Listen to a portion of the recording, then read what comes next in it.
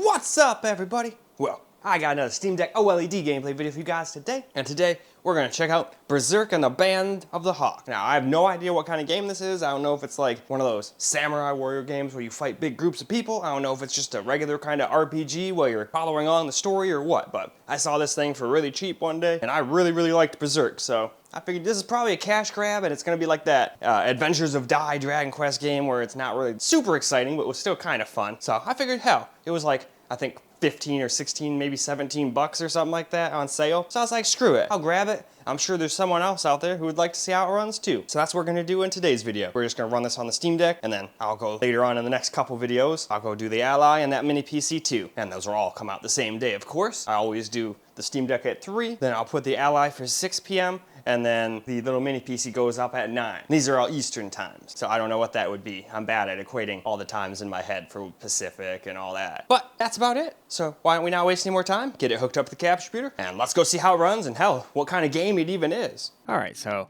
this is another game that did not want to work, so I figured I'd show you guys what it did. So first things first, try to launch it. Obviously it does its usual starting launch and all that. Everything seems good, everything seems fine.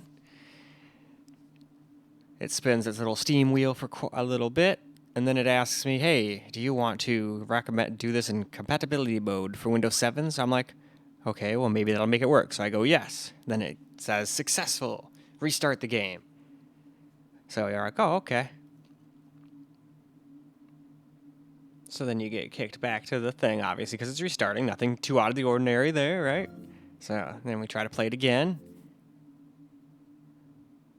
And then once I know things are working, I tell it to stop asking me that shit. But until a game actually works completely, I like having the option instead of having to go in and tell it to ask me that again, you know? Anyway, so we do that, and it just keeps, it's an endless cycle of just going back to the screen. So then you're like, oh, well, okay, well, maybe it'll just work if I say no. So you hit no, and no, unfortunately not. All it does is kind of freeze like this indefinitely. I mean, maybe after 20 minutes or a half hour, it would boot you back to the screen or just freeze the whole thing and restart. I'm not sure, but I waited for like 5 or 6 minutes and nothing happened, so, besides it sitting here. So, let's move on and at least try or do our due diligence and try some of the other protons like we usually do. Might not work, but it's worth a shot. All right, now let's try doing some compatibility mode. There we go, compatibility, force. We'll even use the newest one I have. I don't know if it's the newest Proton GE, but we'll use 9.5 because that's the newest one I have. Now, sometimes this is all you have to do, and then a game will just magically work. But sometimes it doesn't do jack diddly, and it does the exact same thing. So I believe after that, it just kept insta-crashing back to the desktop for me. It would like start launch, and then just pretend like it was going to launch for a second or two, and then just instantly back to the desktop. Or big picture mode, whatever you want to call the Steam Deck's thing, because it does have a desktop, so I guess that is kind of confusing. I'll just call it back to the big picture mode. So you say no, and then, yeah. Okay, so I guess it doesn't crash back to it. It just sits here on this black screen again. That's what it does. Which is annoying, but hey, sometimes that shit doesn't work, so.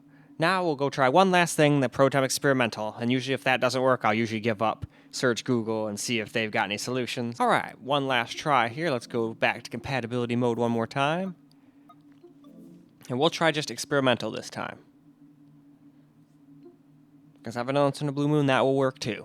More often than not, I don't have to really do much past not Proton GE. Usually that'll fix a game, and if that doesn't work, some of this other stuff usually doesn't work, but 1 or 2 times it has worked. I don't know if it would have been stable the whole time, but in those games I was playing, but it at least got them to launch, so that's why I still at least try it, you know? So again, we get the starting launch.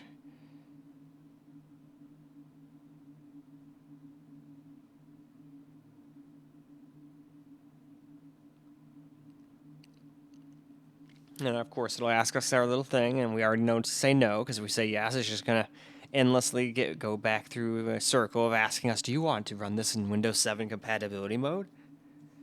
So, no. But, unfortunately, we still just freeze on this screen. It's a shame, but it does say it's not supported, so I guess it truthfully is not supported. And now you all know, and know exactly what it does if you try. So, why do we now wrap this video on up? Well, alright guys, I guess that's a wrap. It is absolutely not supported, probably because it needs that compatibility mode crap. Now I'm just confused. Why on earth would you make a game, I mean, unless this is a really, really old game and I just don't realize it, that needs Windows 7? Windows 7's pretty old at this point. I don't know why you would make a new game that's not compatible with 10 and 11. It just doesn't make any sense to me, unless there's like just way easier to code a game for Windows 7 possibly. I'm no coder or game maker, so maybe there's just like instruction sets or something you don't gotta worry about with Windows 7, or limitations you don't have to deal with. I don't know, but it just seems a little silly to me to make a game not run on the latest and greatest operating systems. I really feel like if it wasn't for that, it'd probably run just fine with like some Proton or something like that. Maybe some Proton GE, but no, none of the extra compatibility mode layers help. And I think it's because it needs Windows compatibility. And I know it's trying to emulate Windows in the background, but it probably can't do compatibility mode inside of itself or something like that, maybe. I don't know. Again, I don't know how all that works either, but that's just my guess on why it doesn't want to work. But hell, this might not work on anything. This might just be a trio of failures today. It might not want to run on the Ally X or the Mini PC, but those are the next in line, so we will try. But that is a shame it didn't work on here, but hey, I show you guys when things work and I show you when it doesn't. And this one is truthful about being unsupported, so it is what it is. But that's about all I got for you guys for this particular video. I hope you guys enjoyed the video, because I sure as hell enjoyed making it for you guys, even if it was a fail. So until the next video, peace out, guys.